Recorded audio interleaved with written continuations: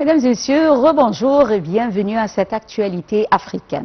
Eh bien, on va commencer l'actualité africaine d'aujourd'hui, du lundi, le 3 novembre 2025, avec le ministre des Affaires étrangères, Dr Badr Abdelati, qui a salué la solidité et la dynamique croissance des relations égypto-rwandaises. Lors d'un entretien avec son homologue rwandais, Olivier Nduhungirehe, en marge de l'inauguration du GEM, le grand musée égyptien, Abdelati a salué les réalisations accomplies par le Rwanda dans le cadre de sa vision 2050, assurant que l'Égypte ne ménagera aucun effort pour soutenir l'application de cette vision. Et on enchaîne avec le ministre des Affaires étrangères, Dr Badr Abdelati, qui a affirmé le soutien sans faille de l'Égypte aux efforts de l'Union africaine visant à régler les conflits et à réaliser le développement global sur le continent conformément à l'agenda 2063 de l'Afrique. Lors d'un entretien avec le président de la Commission de l'Union africaine, Mohamed Ali Youssouf, en marge de l'inauguration du GEM, le grand musée égyptien, Abdelati a souligné la nécessité de formuler une vision africaine conjointe, améliorant la capacité du continent à entreprendre des démarches tangibles sur la voie de l'intégration intercontinentale.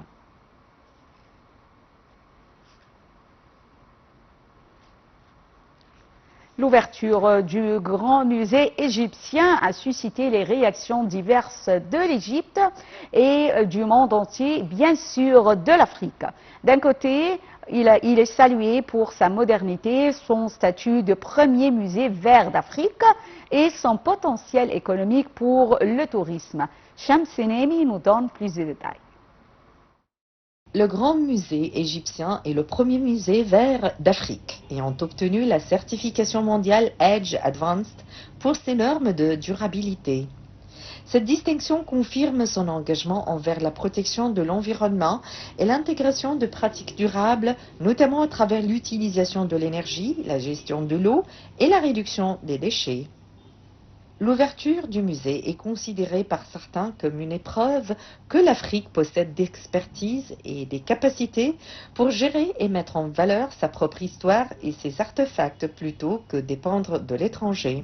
La reconnaissance mondiale et surtout africaine atteste du respect des normes internationales en matière de bâtiments verts, incluant l'énergie, l'eau, la santé et la sécurité.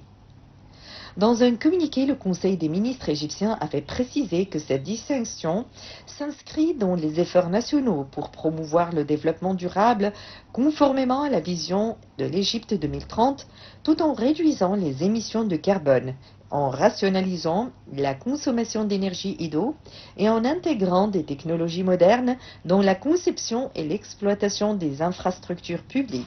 La stratégie du musée comprend un système de mesure et de détection de fuite, la réduction des différentes sources de chaleur et l'utilisation de sources d'énergie renouvelables grâce à l'installation de panneaux solaires au-dessus des zones d'attente. Le Grand Musée est le plus grand musée consacré à la civilisation égyptienne au monde. Le ministère de l'Environnement, tout en collaborant avec le ministère du Tourisme, ont veillé à intégrer la dimension environnementale dans sa structure et sa gestion pour obtenir la certification de construction verte et de durabilité, ce qui reflète son engagement envers les normes environnementales internationales. Le Grand Musée a obtenu la certification d'heures de construction écologique et durable selon le système égyptien Green Pyramid, décerné par le Centre national de recherche sur le logement et la construction. Il est devenu ainsi le premier musée en Égypte à être certifié comme bâtiment écologique et respectueux de l'environnement. Situé à 2 km des pyramides de Gizeh, le Grand Musée couvre une superficie de plus de 500 000 mètres carrés et présente donc la plus grande collection d'antiquités égyptiennes au monde. L'UNESCO a joué un rôle important et a suivi de près le projet, tout en veillant à sa conformité aux normes internationales dans le domaine de musée. L'Égypte déploie des efforts diplomatiques, humanitaires et politiques pour le Soudan. Sur le plan diplomatique, le Caire soutient un processus politique mené par les Soudanais organise des sommets régionaux et coordonne avec l'ONU pour promouvoir la stabilité au Soudan. Sur le plan humanitaire, l'Égypte offre une aide aux réfugiés soudanais qui se trouvent en Égypte et organise des programmes de retour volontaires et appelle à une trêve humanitaire immédiate. Les détails avec Shamseneni. L'Égypte s'efforce de désamorcer la crise au Soudan par des initiatives diplomatiques comme l'accueil de sommets régionaux, le soutien à des négociations et le plaidoyer pour un cessez-le-feu. Le pays met également l'accent sur l'aide humanitaire, le respect de la souveraineté du Soudan et offre un soutien politique pour parvenir à un processus de paix. À cet égard, l'Égypte a intensifié les contacts directs avec les parties belligérantes. Le président Abdel Fattah el-Sisi a accueilli le général Abdel Fattah el-Burhan, chef du Conseil souverain soudanais, à plusieurs reprises, notamment en octobre 2025, pour discuter d'un cessez-le-feu et de solutions politiques. L'Égypte a clairement exprimé son soutien à l'unité du Soudan et son opposition à toute tentative de division ou à l'établissement d'un gouvernement parallèle. Le ministre des Affaires étrangères, M. Badr Abdelghati, a affirmé la position constante de l'Égypte qui soutient l'unité du Soudan et l'intégrité de son territoire et rejette catégoriquement toute tentative de le diviser. Dr Abdelghati a tenu ses propos lors de 2 entretiens téléphoniques, l'un avec le principal conseiller du président américain pour les affaires arabes et pour le Moyen-Orient, Massad Boulos, et l'autre avec Tom Fletcher, secrétaire général adjoint aux affaires humanitaires et coordinateur des secours d'urgence, pour examiner la situation sécuritaire et humanitaire au Darfour, notamment dans la ville d'Al-Fashir, et les moyens d'y instaurer une trêve et d'y rétablir la stabilité. Depuis l'embrasement de la crise au Soudan, l'Égypte a consacré des contributions concrètes, que ce soit des envois réguliers de secours via la frontière égypto-soudanaise, l'accueil de réfugiés et coopération continue avec l'Union africaine, l'ONU et les organisations internationales pour maintenir les canaux humanitaires ouverts. Tous ces efforts et plusieurs autres visent à soutenir les initiatives régionales et internationale en faveur d'un règlement pacifique et inclusif afin de soulager les souffrances d'une population soudanaise prise dans un conflit dont la gravité humanitaire ne cesse de s'aggraver. Retournons, mesdames et messieurs, avec ce sujet. Alors, la situation au Soudan et les efforts déployés par l'Égypte en faveur du peuple frère soudanais. Et j'ai le plaisir d'avoir actuellement avec moi en ligne son Excellence, Monsieur l'ambassadeur Hissène Haridi, ancien ministre adjoint au ministère des Affaires étrangères, qui va nous jeter la lumière sur cette crise au Soudan. Bonjour, Votre Excellence, Monsieur l'ambassadeur Hissène Haridi, et bienvenue. Bienvenue. Bonjour madame. Bonjour madame. Bonjour. Alors, tout d'abord, quel est le rôle des relations historiques entre l'Égypte et le Soudan pour pouvoir aider le Soudan? Comment voyez-vous, non les relations, mais les liens historiques avec ce pays très cher pour les Égyptiens? Certainement, les efforts déployés par l'Égypte ces jours-ci, pas ces jours-ci, mais depuis la guerre au Soudan, à partir de 2023, certainement, ces efforts se basent sur ces liens de fraternité entre pas seulement les gouvernements, mais entre le peuple soudanais et le peuple égyptien. L'Égypte fait partie des efforts internationaux et des efforts arabes pour mener un processus de paix constructif au Soudan. Et l'Égypte a fait savoir que ses positions vis-à-vis de la situation actuelle au Soudan se basent sur un respect total de la légitimité du gouvernement légitime du Soudan. Et en même temps, elle appelle toutes les forces politiques au Soudan à se plier aux résolutions du Conseil de sécurité et se plier sur les décisions au sein de la Ligue arabe pour mettre fin à cette guerre qui ne sert à rien et qui ne servirait aucune des parties concernées. Et l'Égypte, certainement, comme vous le savez, fait partie de cette commission qui comprend les États-Unis, les Émirats arabes, le gouvernement soudanais. Et certainement, actuellement, l'Égypte fait de son mieux. Oui. Oui. Votre Excellence, Monsieur l'ambassadeur? Oui, madame. Oui. Non, alors, mais certainement, ces efforts vont continuer et on verra certainement avec les Américains, avec les gouvernements de l'Émirat arabe, on verra, on espère certainement que toutes les parties concernées vont accepter de se mettre autour d'une table de négociation pour consentir, pour approuver une avenue pour certainement mettre fin à cette catastrophe sur le plan national et le plan humanitaire. Oui. Alors, sur le plan humanitaire, comment voyez-vous l'intérêt accordé et les efforts déployés par l'Égypte en vue de, on peut dire même, sauver les Soudanais? Alors, on voit qu'il y a un grand nombre de Soudanais qui se trouvent ici en Égypte et dans le territoire soudanais, on voit aussi que l'Égypte déploie d'énormes efforts sur le plan humanitaire.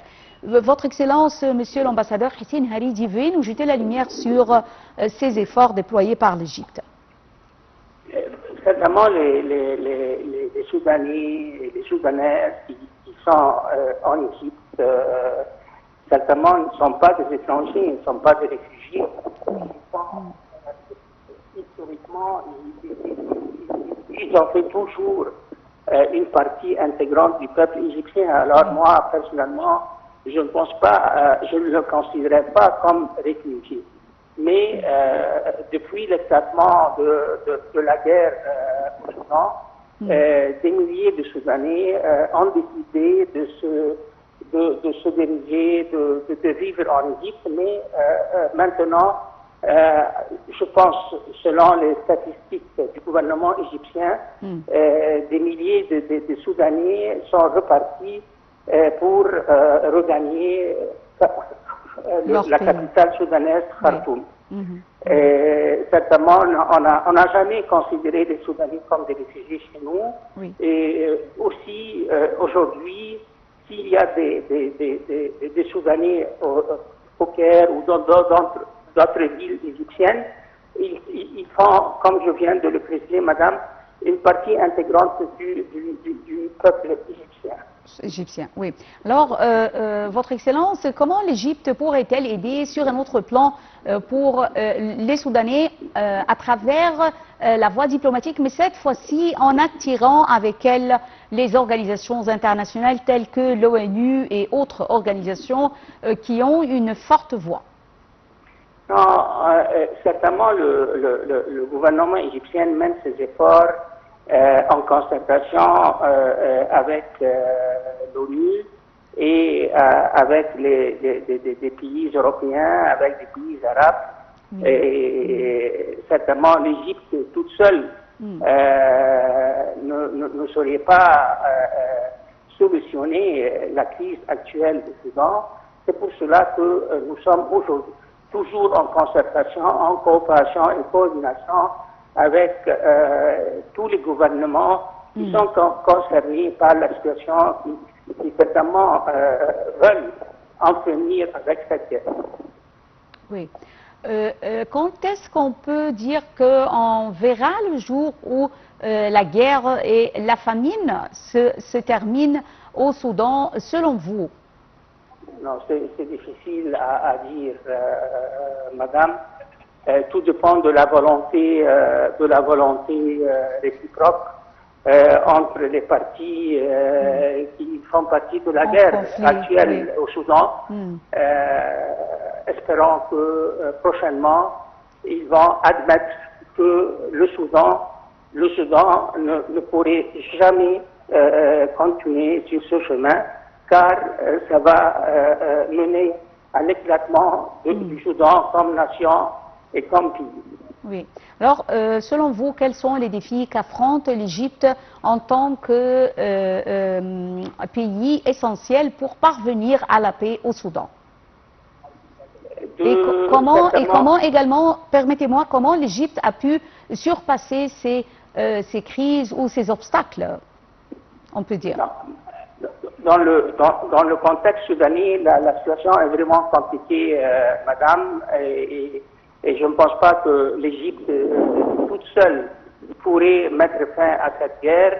C'est pour cela que nous sommes toujours en contact avec l'ONU, la Ligue arabe, l'Union africaine, et le gouvernement égyptien fait de son mieux pour encourager les dirigeants au Soudan, soit